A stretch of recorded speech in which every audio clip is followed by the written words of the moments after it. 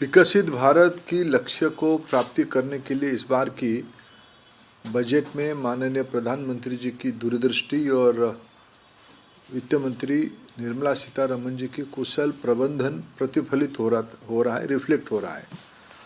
मैं अगर शिक्षा विभाग की ओर से पहले उनको कुछ विषयों के लिए बधाई देता हूं, आभार प्रकट करता हूं। पिछले बार बजट की साइज से इस बार की बजट की साइज एजुकेशन के लिए बढ़ी है।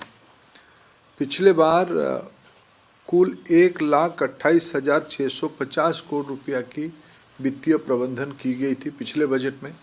इस बार इसको बढ़ा के 1,39,299 करोड़ 1,39,289 करोड़ की वित्तीय प्रबंधन किया गया है। यही विषय दर्शाती है सरकार की शिक्षा के प्रति प्राथमिकता। और शिक्षा अगर मैं सेक्टरल एनालिसिस करूं तो शिक्षा 6वीं प्रमुख स्थान पे बजट में प्रायोरिटाइज किया गया है। मैं 2-3 विषय के लिए आपके सामने इसको स्पेसिफिक करना चाहूँगा। मैं सबसे पहले प्रधानमंत्री जी और वित्त मंत्री जी को आभार प्रकट करूँगा। इस बार भारत में लड़कियों की स्टेम एजुकेशन में दक्षता दुनिया में सबसे बेहतरीन है। भारत की लड़कियां विज्ञान, टेक्नोलॉजी और गणित की शिक्षा में स्टेम एजुकेशन जिसको कहते हैं, इसमें दुनिया के अन्य देशों की तुलना में हमारी उपलब्धि सर्वश्रेष्ठ है। उसको और गति देने के लिए और आगे बढ़ाने के लिए सरकार ने योजना बनाई। राज्य सरकारों के साथ मिलके देश की सभी जिलों में एक गर्ल्स हॉस्टल, अत्याधुनिक गर्ल्स हॉस्टल बनाया जाएगा।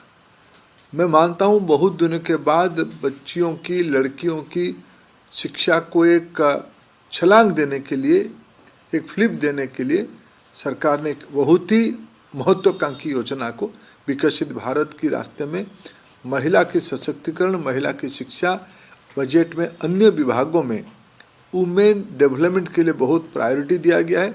उसको जोड़ते हुए शिक्षा में इस हॉस्टल जिले, देश की सभी जिलों में एक एक हॉस्टल बहुत कारगर साबित होगी। ऐसे ही एक महत्वपूर्ण कदम विकसित भारत के लक्ष्य को पूरा करने के लिए राज्यों सरकारों के साथ मिलके राज्य सरकारों की एक चैलेंज रूट में राज्य सरकारों को उसमें से प्रतियोगिता करना पड़ेगा, शर्तों को पूरा करना पड़ेगा। 5 यूनिवर्सिटी टाउनशिप बनाए जाएंगे, माने इसमें से अनेकों यूनिवर्सिटी आएंगे। 5 यूनिवर्सिटी टाउन जो उस राज्य की इंडस्ट्रियल लॉजिस्टिक क्लस्टर के पास होगी, जिसमें रिसर्च, इनोवेशन, एंटरप्रेन्योरशिप, नॉलेज, ये सारे की एक इकोसिस्टम बनेगी। ये दुनिया की अर्थनीति में प्रमाणित तथ्य है। अर्थनीति को बड़ा करना है तो उसको एक नॉलेज पॉइंट के साथ जोड़ना पड़ेगा। भारत की अर्थनीति नॉलेज बेस इकोनॉमी की ओर बढ़ रही है। ये 5 यूनिवर्सिटी टाउनशिप, इसकी सहयोगिता राज्य सरकार के साथ मिलकर किया जाएगा। ये भी एक महत्वपूर्ण उपलब्धि है। वैसे ही हमारी 15,000 स्कूल्स में, सेकेंडरी स्कूल्स में, हायर सेकेंडरी स्कूल्स में animation, visual effect, gaming and comics, ABGC की जो एक नई राष्ट्रीय इंस्टीट्यूट हुई है, उसकी अगुवाई में उसे जोड़ते हुए 15,000 स्कूल्स में ABGC की पढ़ाई की जाएगी, कोर्स खुली जाएगी। उसकी हायर स्टैंडर्ड्स की कोर्सेज के लिए 500 कॉलेज में ABGC की कोर्सेज चलाया जाएगा।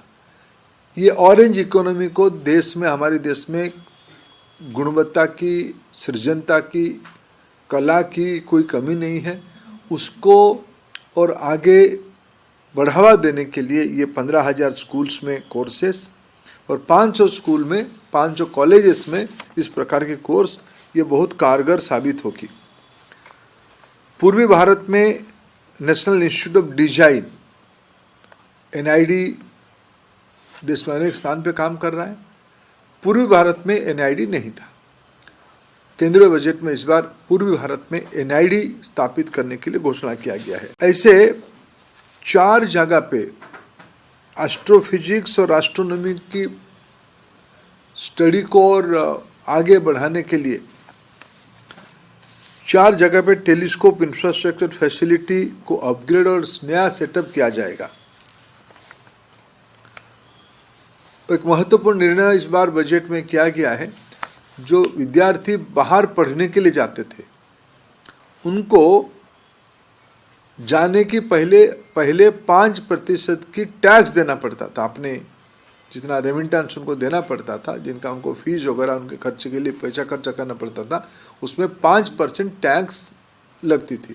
इसको सरकार ने इस बार घटा के 2% किया। उसमें हमारे स्टूडेंट्स को बाहर जाके एडवांस रिसर्च करना, पोस्ट डॉक्टरल करना और जनरल एजुकेशन में जाना और सुलभ हो जाएगी।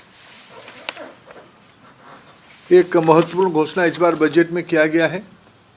एक हाई पावर्ड कमिटी बनाई जाएगी, education to employment and enterprise E2E standard committee बनाई जाएगी, जिसमें विकसित भारत की लक्ष्य को पूरा करने के लिए technology driven AI empowered school education SCRT को इन्वॉल्व करते हुए एकदम एक नई एजुकेशन इकोसिस्टम, नॉलेज इकोसिस्टम देश में कैसे बनाया जाएगा, इसके लिए E2E स्टैंडर्ड कमिटी, एक हाई पावर्ड कमिटी बनाई जाएगी। इस बार NCERT हमारी डीम्ड यूनिवर्सिटी हो चुकी है, डीम्ड टू यूनिवर्सिटी हो चुकी है। इस बार बजट एलोकेशन में NCERT के जो परंपरागत बजट होती थी उसमें से 14% की ग्रोथ हुई है। ये NCERT हमारे नेशनल एजुकेशन पॉलिसी की इम्प्लीमेंटेशन में एक प्रमुख इंस्ट्रूमेंट हमारा NCERT है। इसको गति देने के लिए NCERT के बजट को भी बढ़ाया गया है। अन्य 2 एजुकेशन इंस्टीट्यूट के बारे में मैं आज यहाँ उल्लेख करना चाहूँगा। देश में जिस प्रकार की बच्चों के ऊपर डिस्ट्रेस होने की प्रायोरिटीज दिया जा रहा है, इकोनॉमिक सर्वे में भी मेंटल हेल्थ के बारे में खूब चर्चा की गई थी। आज बजट में उस विषय को आगे ले जाने के लिए दक्षिण में बेंगलुरु में निम्हांस एक बहुत सेंटर ऑफ एक्सीलेंस करके काम कर रहा है।